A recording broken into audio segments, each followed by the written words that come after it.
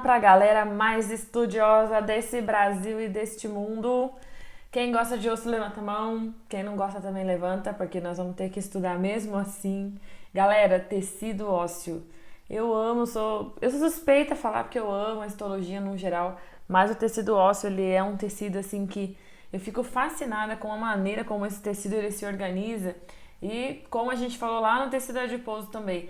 Às vezes a gente acha que esse tecido ele não é muito metabolicamente ativo, é um tecido mais sossegado, mais de boas. Que nada, galera, o tecido ósseo ele é um tecido super, hiper, mega ativo. A gente vai estudar a matriz desse tecido, a gente vai estudar as células desse tecido. Vocês vão ver como esse tecido ele se organiza. É incrível mesmo, por isso que o Manual do Corpo aqui é só para quem é fascinado pelo corpo humano. Gente, então o osso, né? Lembrando aí do nosso livro clássico, maravilhoso. O osso, galera, ele é um tecido conjuntivo. Lembra que a gente falou lá do conjuntivo? Então, quem não assistiu essa aula, volta lá, vê lá a base do tecido conjuntivo, porque o osso ele é um tecido conjuntivo especializado. E lembrando então que se ele é um tecido conjuntivo, ele vai ter matriz e vai ter células. E a característica do osso é que essa matriz ela é mineralizada. Vamos lá então. Funções do osso, né, pessoal? Suporte, né, para o corpo, proteção. A gente tem aí os ossos formando caixas e estruturas que protegem os órgãos. Um exemplo é o crânio. A gente tem as costelas, aí a caixa torácica protegendo também os órgãos do tórax. Enfim, tecido ósseo e proteção. Armazenamento de cálcio e fosfato, galera. É verdade, o osso ele é um armazenador aí desses minerais. E ele participa dessa homeostasia, ou seja, se o nosso organismo tem necessidade de cálcio, ele vai tirar da onde? Do osso. Se a gente está com um nível de cálcio elevado na corrente sanguínea, a gente vai depositar no osso. Então, a homeostasia do cálcio está relacionada aí também ao tecido ósseo. Características do tecido ósseo, pessoal. Primeira característica que eu já comentei, a matriz ela é mineralizada. Que mineral é esse? São cristais de hidroxiapatita, são cristais então que tem fosfato e tem cálcio aí na sua composição. Esses cristais que se depositam ali no osso e deixam essa matriz dura, rígida. As fibras de colágeno, lembra lá que matriz de tecido conjuntivo tem uma parte fibrosa e uma parte não fibrosa? As fibras de colágeno do tipo 1 compõem 90% aí do peso total das proteínas da parte fibrosa aí do osso. Fibra de colágeno, então, do tipo 1. Lembrando que a gente tem outros tipos de colágeno aí que compõem também esses 90%, que é o do tipo 5 em menor grau, tem também do tipo 3, do tipo 11 e do tipo 13, tá certo, pessoal? Então, as fibras de colágeno compondo a parte fibrosa, mas a principal é a do tipo 1. E a gente tem daí, compondo os outros 10%, a substância fundamental. Do que é feita essa substância fundamental? Vamos lembrar, dos proteoglicanos. Vocês lembram, galera, o que são aqueles proteoglicanos? Que ele tem uma proteína central e aí elas têm ligações covalentes com várias cadeias laterais de glicosaminoglicanos. E que glicosaminoglicanos são esses? Ácido hialurônico, que a maioria da galera já conhece, tem o condroitin sulfato e o queratan sulfato. São esses glicosaminoglucanos, então, que a gente tem aí nessa matriz, certo? Mas para que serve, Pri, esses glicosaminoglucanos? Eles são, galera, são proteínas, né? São proteoglicanos é o quê? Uma proteína central e ele tem várias ligações laterais com os glicosaminoglucanos. Lembra aquela escovinha de limpar uma madeira, assim? E essas moléculas, elas que vão contribuir aí para a força compressiva do osso, certo? E aí também a gente tem vários fatores de crescimento que se ligam aí, que estão relacionados para inibir a mineralização, enfim, é um negócio assim muito legal. Outras pessoinhas que a gente tem aqui na substância fundamental amorfa são as glicoproteínas multiadesivas. Pessoal, o nome já diz, né? Ela é adesiva. A principal representante aqui é a osteonectina. O que ela faz? Ela que vai colar, ela que vai ser uma cola entre o colágeno e os cristais de hidroxiapatita. Então, aqueles cristais vão se fixar na matriz através dessa glicoproteína, que é a osteonectina, que vai ligar o colágeno à matriz, certo? Aos cristais. E a podoplanina. A podoplanina, ela também é produzida lá pelos osteócitos e ela é produzida em resposta a um estresse mecânico. Tem outras também, tá, pessoal? Tem a osteopontina, tem outras proteínas que vão aí fixar as células, a matriz e tal. Outro tipo são as proteínas dependentes de vitamina K específicas do osso. E a principal representante aí é a osteocalcina. A osteocalcina, ela vai capturar o cálcio da circulação e vai atrair, vai estimular os osteoclastos, que a gente vai falar dele, grava esse nomezinho aí, osteoclasto, na remodelação do osso, certo? Depois a gente vai falar certinho aí da função do osteoclasto, mas grava então que essas proteínas que estão aí na matriz são elas que vão estimular os osteoclastos. E por último, pessoal, não menos importante, nós temos fatores de crescimento e citocinas aí nessa substância fundamental amorfa.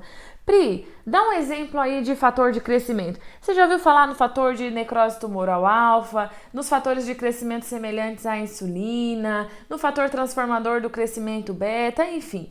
Esses fatores de crescimento, o nome já diz, o que eles vão induzir? Eles vão induzir a diferenciação lá das células mesenquimais, lá da mesoderme no desenvolvimento embrionário, para que essas células se transformem em osteoblastos, células produtoras do osso. Então, ela vai estimular o surgimento de osteoblastos, a diferenciação a partir das células lá do mesênquima para construir osso, certo?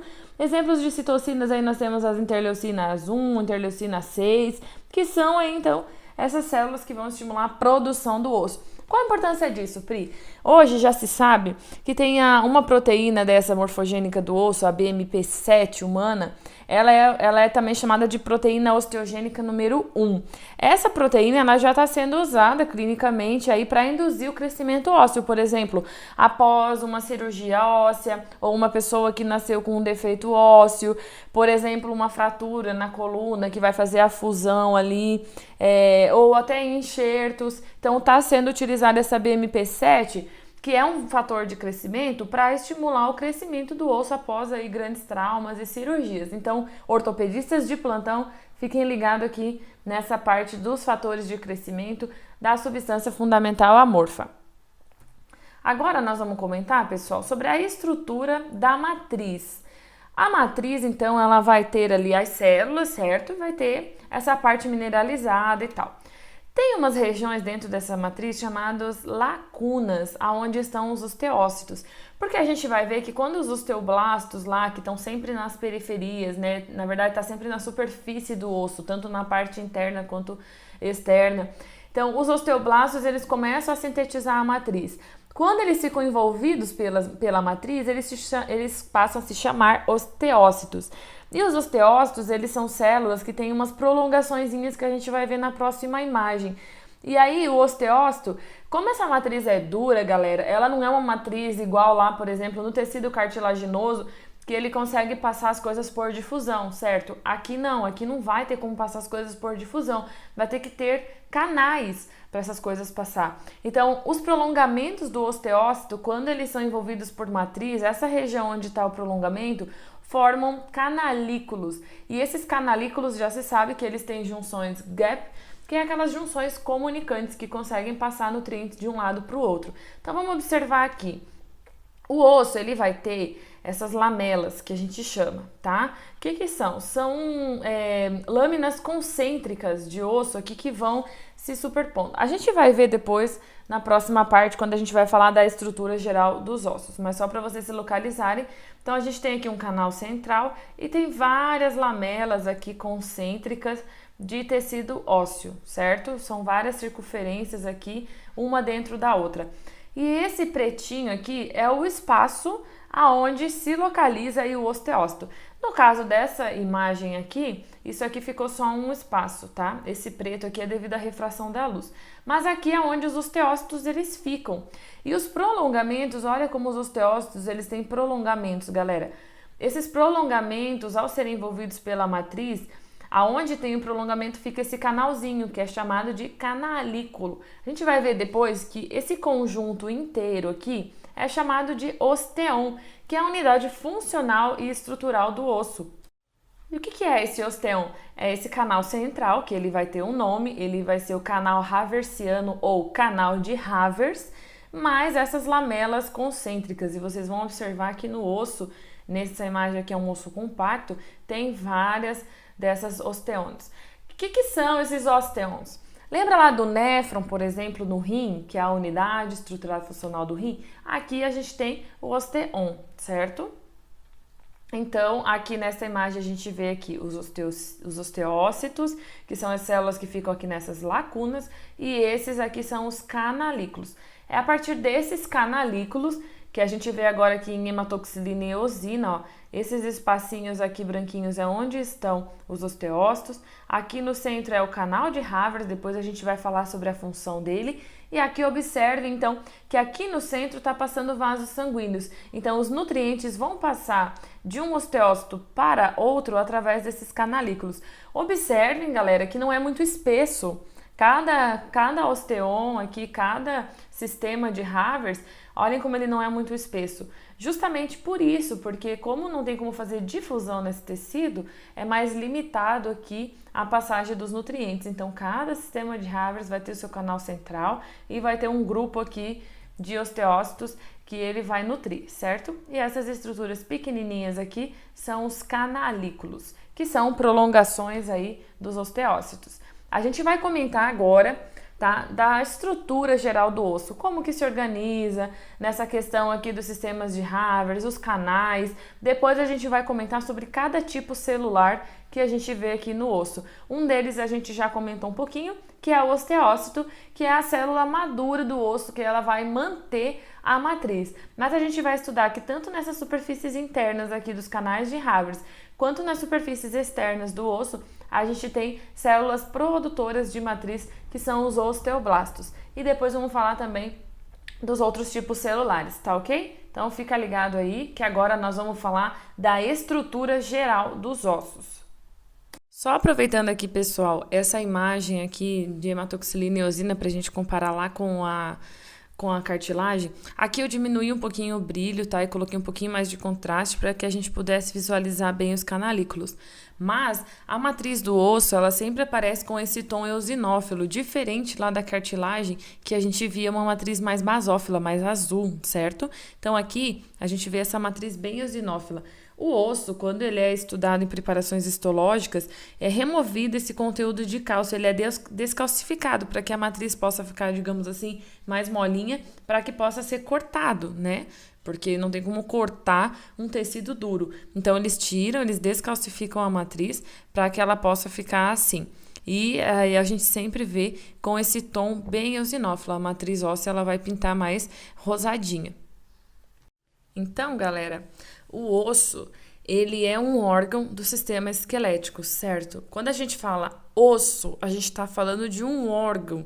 E esse órgão, ele vai ter tecido ósseo, que é o que a gente está estudando agora, mas ele vai ter o tecido hemocitopoético, que é a medula óssea, que é a parte que fica ali dentro do osso, que a gente vai estudar numa aula à parte. A gente vai ter tecido adiposo, que a gente já fez uma aula ali de tecido adiposo, é a aula da sequência, falando das características do tecido adiposo. Vai ter vasos sanguíneos, nervos e em casos de articulações móveis, né, as articulações sinoviais, vai ter uma cartilagem hialina recobrindo esse osso, tá? Então, osso é um órgão. A gente está estudando o tecido ósseo, que é um tecido que compõe este órgão. O tecido ósseo, ele vai se classificar de duas maneiras. Em osso compacto, também conhecido como osso denso, e osso esponjoso, também conhecido como osso trabecular. Então, nessa imagem aqui, por exemplo, a gente está vendo aqui a diáfise de um osso, que é essa parte do meio, e a epífise, que é essa parte aqui mais das extremidades. As epífises dos ossos, elas vão ter o osso trabecular. Esse osso trabecular aqui nas epífises, ele vai servir para quê? Para amortecer aí os impactos. E a direção com que essas trabéculas ocorrem aqui nessa região, ela está muito relacionada com a direção das cargas, né? Do peso ali que é realizado nessa região aqui do osso, nessa extremidade. Então, várias trabéculas. Quando a gente olha essa imagem numa lâmina, às vezes a gente não vê nada devido ao preparado. Mas aqui dentro dessas trabéculas a gente vai ter vasos sanguíneos, vai ter medula, certo? E essa parte que a gente observa aqui, então, na diáfise, a gente vai ter esse osso compacto. Tá vendo aqui, gente, que na lateral, digamos, dele, ele é compacto? E é aqui que a gente vai estudar aquelas estruturas lá do sistema de Havers, dos canais de Havers e tal. E dentro do osso a gente tem a medula, aqui tá mostrando. Lembra que o osso, ele é revestido por um tecido conjuntivo, né, uma bainha de tecido conjuntivo denso, bem fibroso, que é chamado de periósteo. E é no periósteo que a gente tem as células osteoprogenitoras, que a gente vai comentar daqui a pouquinho. Então, o periósteo aqui, esse tecido conjuntivo denso fibroso revestindo o osso. Os vasos sanguíneos, eles vão chegar pelo periósteo e vão penetrar aí nos canais do osso compacto, que é justamente o canal de Havers. A gente vai falar de um outro canal, que é o canal de Volkmann. Então, os vasos sanguíneos vão penetrar essas estruturas. Então, o osso compacto, osso esponjoso aqui no centro e esse osso compacto aqui ao redor. Observem aqui no osso esponjoso, aqui na epífise, que a gente tem uma cartilagem hialina aqui que forma a superfície articular desse osso, tá certo? Aqui a gente vê uma outra imagem, aqui já é um corte, a gente está olhando aqui um corte transversal e aqui um pouquinho da parte longitudinal, mesmo esquema, ó. Aquele osso aqui mais ao redor, ele é o osso compacto, e é o osso compacto que vai se organizar nos ósteons, que tem aqueles sistemas de Havers, né? Que vai ter o canal de Havers aqui no centro e aquelas lamelas concêntricas, vai ter várias, olhem aqui como tem várias dessas lamelas. O canal de Havers, ele vai atravessar o osso no sentido longitudinal e é por ele que vai passar os vasos sanguíneos. E os canais de Volkmann são esses canais aqui que ligam um canal de Havers a outro. Eles têm aqui um sentido, eles são perpendiculares aos canais de Havers, eles atravessam o osso no sentido transversal. E por aqui que vai passar os vasos sanguíneos e todas as estruturas nervosas. Aqui no centro, ó, a gente vê osso trabecular, o esponjoso. O osso esponjoso, ele é melhor visto lá nas epífises, mas aqui nas diáfises, próximo aqui ao canal medular, a gente tem também um pouquinho de osso esponjoso, tá ok? Outra forma aí também de classificar os ossos, mas que a gente não vai focar muito, isso é mais na questão de anatomia, que os ossos eles são classificados de acordo com o formato e a localização aí do osso esponjoso e do compacto, né? Então a gente vai ter ossos longos, vai ter ossos curtos, vai ter ossos planos, ossos irregulares, certo? De acordo aí com o formato desses ossos. Mas lembrando então que os ossos, principalmente os longos, eles vão ter essa região do centro, que é a diáfise, e essa extremidade, que é a epífise, tá? E essa região do meio aqui, entre a epífise e a diáfise, ela é chamada de metáfise. E aí lembrando que é na epífise que a gente tem o osso trabecular e é na diáfise que a gente tem a maior quantidade de osso compacto. E as trabéculas, a gente vê só um pouquinho delas entrando aqui em direção ao canal medular. Aqui nessa imagem a gente também vê aquele tecido conjuntivo denso fibroso aqui, que é o periósteo. Galera, lembrando que nas superfícies articulares, ó, a gente não tem pericôndrio, tá? A gente vai ter só a cartilagem articular, que é um tipo de cartilagem hialina, mas o pericôndrio, ele não se estende nas superfícies, ele só recobre o osso aqui, exceto aí nas superfícies articulares. O periósteo, ele vai ter duas regiões, uma região mais externa, que é mais fibrosa, e uma região interna, que ela é mais celular. E nessa região interna que a gente vai ter essa formação de osso, onde a gente vai ter células osteoprogenitoras. Essas células, quando esse osso ele está em divisão, né, quando ele está ativo, essas células podem se diferenciar em osteoblastos e produzir osso, tá certo? Então, ali no periósteo, a gente tem células osteoprogenitoras que, se esse osso está ativo, vai se transformar em osteoblasto. Se é um osso inativo, essa cápsula aqui, ela fica mais fibrosa mesmo. Tem o periósteo, né? Dependendo do local aonde os ligamentos e os tendões vão se inserir ao osso, eles têm uma natureza diferente. As fibras de colágeno, elas vão se fixar ali diferentemente. Então, essas fibras, aonde elas se inserem aí no osso, elas são chamadas de fibras perfurantes ou fibras de Sharpey. Elas vão se estendendo aqui nas lamelas ósseas, mas não chegam a alcançar não costumam entrar aqui nos ossos, ela fica mais aqui nas fibras circunferenciais externas. A gente vai comentar depois sobre essas regiões do osso, tá? Então, são as fibras de Charpey, essas fibras do periósteo que se fixam aqui nas circunferências externas aqui do osso, nas lamelas circunferenciais externas. Então, aqui, pessoal, a gente vê uma imagem de um osso compacto, né? Hematoxilina e eosina. A gente observa que essa matriz, como ela é mais homogênea, a gente não tem aquelas espículas, aquelas trabéculas, e a gente tem aqui os ósteons, os sistemas de Havers, que tem o canal de Havers aqui no centro e aquelas lamelas concêntricas. Aqui no meio a gente vai ter os osteócitos e cada cavidadezinha dessa vai ser revestida pelo endósteo, onde tem lá as células osteoprogenitoras. Aqui uma imagem um pouquinho melhor, ó. Esses pontinhos branquinhos aqui, esses espacinhos são as lacunas, onde dentro a gente tem os osteócitos, que são as células maduras aí do osso. E aqui no centro do canal de Havers a gente vai ter o endósteo, que vai ter as células osteoprogenitoras e as células de revestimento.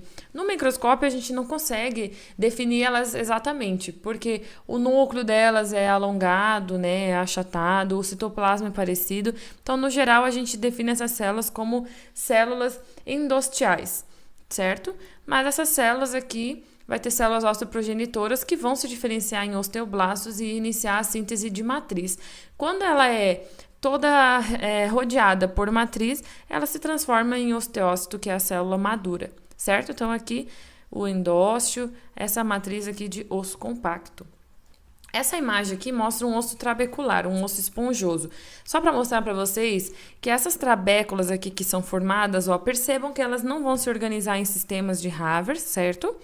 Observem aqui as lacunas, onde estão os osteócitos aqui dentro. Eles emitem essas prolongações que formam os canalículos, lembra? O osteoclasto, a gente vai falar dele daqui a pouquinho. E olha como na superfície aqui, no caso do osso trabecular, toda a superfície dele aqui é revestido por esse endósteo. O que tinha lá no endósteo? As células osteoprogenitoras que podem se transformar em osteoblastos e o osteoblasto vai sintetizar a matriz e vai se transformar em osteócito, certo? Então, o endósteo aqui, então sempre nas superfícies, nas cavidades, a gente vai ter o endósteo e onde tem as células osteoprogenitoras. Essa imagem aqui é de um osso trabecular. A gente observa que a espícula óssea, aqui também, o tecido ósseo, né? A espícula. E olhem aqui na cavidade, como a gente vê grande quantidade de tecido adiposo. Uma coisa aqui para lembrar, pessoal, que sempre dentro do osso trabecular a gente vai ter a medula óssea, a parte aí onde a gente tem a hemocitopoiese, que é a produção de células do sangue. No caso dos adultos, a medula óssea vermelha ela vai sendo substituída por gordura, porque a produção de células sanguíneas ela vai decaindo com o tempo, né? Caso precise, né, uma necessidade extrema, uma perda extrema de sangue, por exemplo, essa medula pode se transformar em vermelha. Aqui a gente tem uma outra imagem, ó. Aqui a gente vê as células progenitoras aí da linhagem do sangue, né? Todas as células aí da produção sanguínea, e essa medula ela vai sendo substituída por tecido adiposo. Tem duas regiões no corpo que geralmente são muito utilizadas para punção de medula, que é o externo e a crista ilíaca, que nessas regiões a gente tem maior produção da medula, a gente tem maior quantidade de medula vermelha. Então, nessas regiões, geralmente, que é utilizado para diagnóstico, para transplante de medula.